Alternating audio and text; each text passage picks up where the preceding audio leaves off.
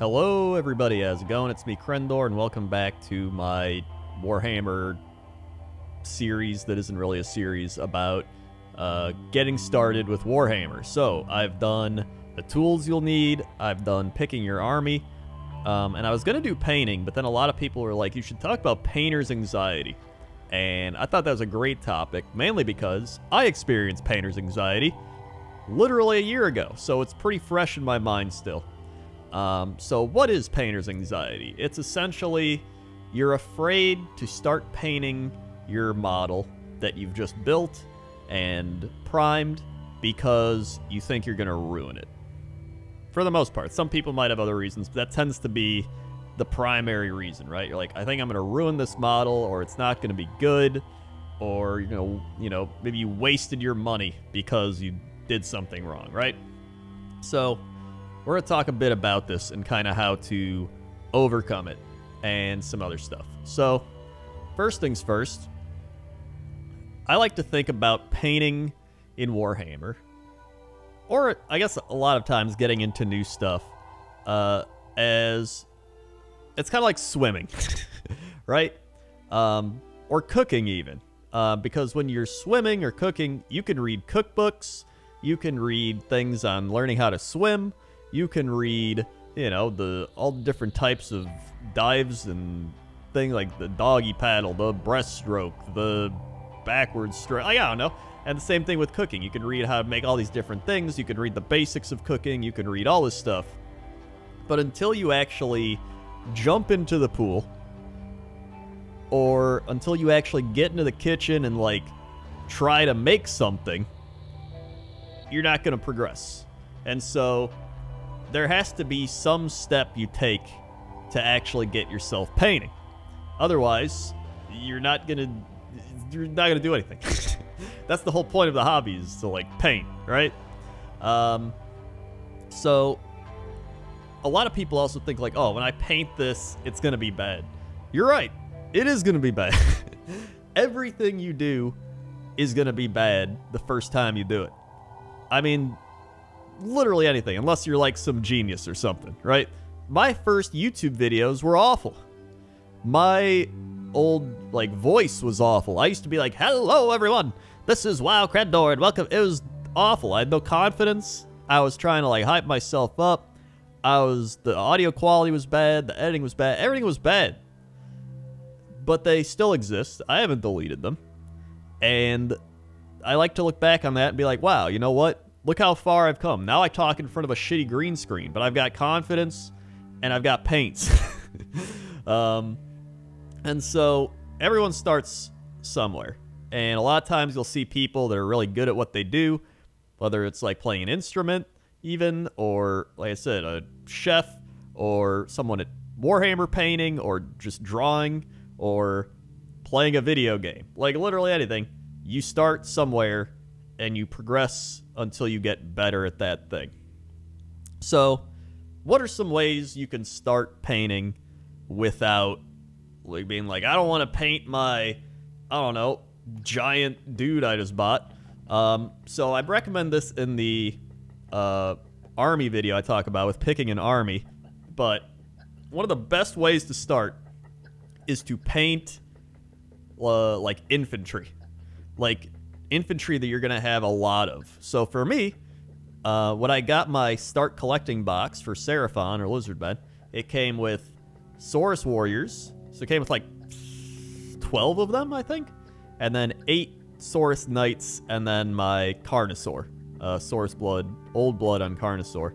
And so the logical thing was like, okay, I have 12 of these Saurus Warriors. I may as well just pick one of them as like my test dummy, right? So whether it's your clan rats or your space marines or your, you know, whatever it is, pick one of the things you have a lot of. Don't pick your, like, fancy new model to paint right away. You might want to paint that one right away, but it's far easier to start on something small and progress towards something bigger. I'll show you some examples as we get to the end of this video, or close in on the end of it. I'll swap my camera and show you. So that's one thing. I think another thing you can do is the sprues. So the actual sprues you cut the plastic out of with the little sheet, you can spray paint those, or spray paint, you can prime them. You can spray paint them if you want to, it's not going to do a lot. But you can prime them, and you can practice painting on those. That's good for, like, testing how colors feel, testing how, like, the brush against the plastic feels, so you get used to the feel of it. It's good for testing how well you thin the paint, or testing different types of paints. It's actually just a great testing. So don't throw your sprues out, keep them, and then prime them, and then use them as, like, you know, kind of like a little test sheet to test it. Even if you're good at painting, it's good to have, because sometimes I'll be like, I want to mix these colors, I don't know what they're going to feel like, and I'll be like, oh, I'll use this sprue I have, and then you just test it on the sprue, and you're like, oh yeah, that's how it looks, and then you're like, all right, now I'll do it on the actual guy.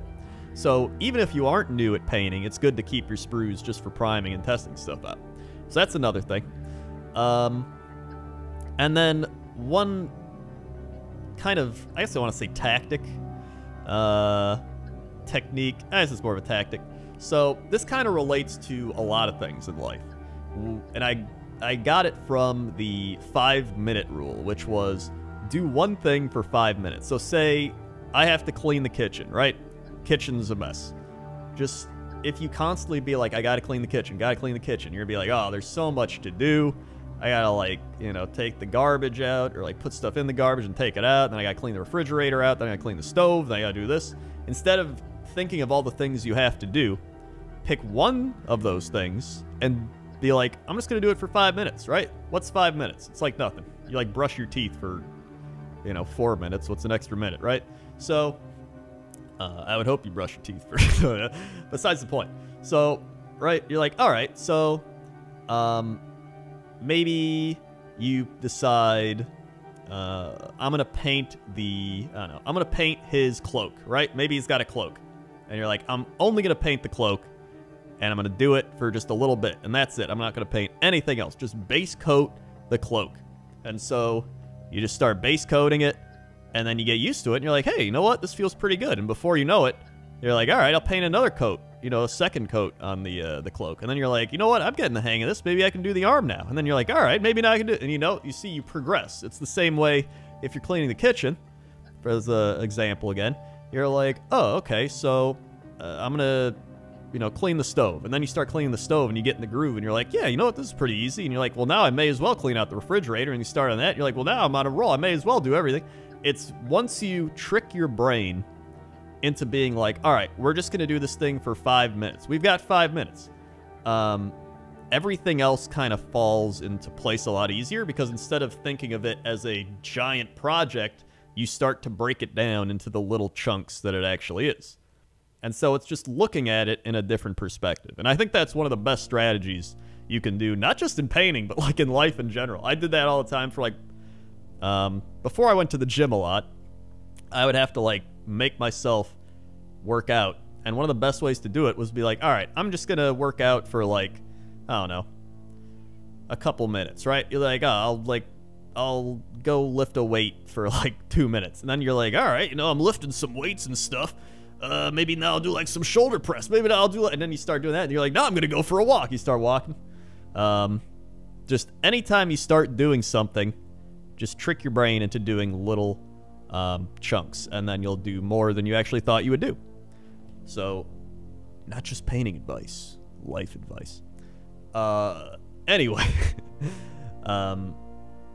once you get painting, a lot of it is just getting over that hurdle, and then you're pretty good. I would say another way to look at it is there's always something to learn from painting. You know, on one model, you might be like, oh, this is how I paint this thing or whatever. And then you learn how to dry brush on the next thing. And then you're like, oh, maybe now I do this. So you always have the opportunity to learn from whatever you're painting. So you're like, all right, I painted this really badly, but now the next one, I kind of know what to do now, right? You've already painted one. You're like, all right, now I'll do that. And that brings me to my next thing, which is over time, you will get better. You will improve. And you'll look back on those old models and be like, shit, dude, I've improved so much. And you'll look at it and be like, this is crazy. If you saw a few videos ago, I actually went back and repainted my old Saurus drummer. I didn't repaint his drum, though. I kept the drum the way it was for the nostalgia, because I don't want to like repaint that, because that was like one of the things I worked hard on. Everything else I was kind of like, blah, blah. And now I've learned how to properly like do stuff, so I obviously made him a lot better than what he was. Some people are like, don't repaint it. It's like one of your first models, but like, I don't know. The drum is what mattered the most to me, so I'm not going to repaint the drum. And that's another thing, is you can always make it better later, right? You can always come back to what you're painting now, and you're like, this isn't that great, and you can repaint it later. You can literally just paint over it, or you can strip the model. I would say the one problem with stripping the model is I would only do that if I like really wanted to, because I feel like if you like keep doing that over and over, you're just gonna be like, all right, I painted this, and then you're like, it's not good enough, and you strip all the paint, and then you paint it again, you're like, it's not good enough, and then you strip all the paint. So don't like get into the habit of like stripping the model down just because you're like, it's not good enough. Like sometimes you gotta be like, all right, I painted it, it's pretty good, put it to the side, move on to the next one, right? And I think there's something to that, you know, but if you really want to like redo it, then just, you know, go ahead and strip it or paint over it or whatever. But let me go ahead now, and there we are. We've cut to the cam. Oh, I gotta swap mics here, because I got my Yeti over there. Hold on, Yeti. All right. Okay. So now I'll show you a little example. So this is one of my first ever models I painted. Hold on, here he is. You can see right here. Hold on, I gotta turn my monitor so I could actually see. Oh wait, I don't even have it up on the monitor. Whatever, so I'm gonna hope it autofocuses, because it's had some issues with autofocusing, because it focuses on all the stuff back here. It's not great. Like, it's okay. I super glossed it. I think I painted over him like 3 times. But he looks alright. You know, he's not terrible. But then, you know, compare that to something I've done lately, like my Lord Kroak, for example, which I think looks a lot better. I feel like this isn't even going to focus in. I'm going to try different angles in hopes of it focusing properly. Or even, I went back and redid my Carnosaur, my actual Saurus Old Blood on Carnosaur. Don't look at the base, I'm still doing stuff with the base, but, you know. It's, I've definitely improved compared to where I started. And then there's my vast array of other stuff I'm working on. Here's my one guy I'm working on, right? He's coming along. I'm not gonna like show these that long because I don't know how well it's focusing. I painted this guy with contrast, but even then I'm like, I can come back and improve him. But I was still happy with him when I painted him. And so that's just some generic stuff I wanted to show real quick. So I'm gonna show something else before I go back. Oh yeah, the sprues. So like, here's a sprue. So you just literally prime it. So like when you get it, right, it's just plastic like this. And then you prime it, like, and then you can just practice painting. As you can see, Toaster Woman was practicing painting here. And, you know, just like learning how to paint and learning how to thin your paints and do different techniques and stuff. So it's just good for practicing in general, even if you are an experienced painter. That's what I wanted to show. I'm glad I remembered. Woo! Alright, now I go back over here for the old wrap-up. We're back. Alright. And I gotta swap the cam or the Okay, now we're back. So that's that's all I wanted to talk about, the painter's anxiety. I think that pretty much covers it. I think it's a pretty good video on the whole topic. I tried to cover as much as possible because I know there's a lot of stuff on it. I don't know why I'm doing this. I'm like, oh, this is how I vanish. All right, well, I'm gonna stay like this as I vanish into the abyss. There we are, dude. This is like my new superpower. Oh my god, this is crazy. Well, thanks for watching. If you're new here, click subscribe or don't. I'm not your mom. Also, you can click the bell to be notified when I upload videos. I upload, you know, probably like 3-4 times a week. I'll usually upload one of these. And then I'll upload some painting or some building or something. Right now I'm painting a Necron guy, and then I'll probably paint some Sora stuff.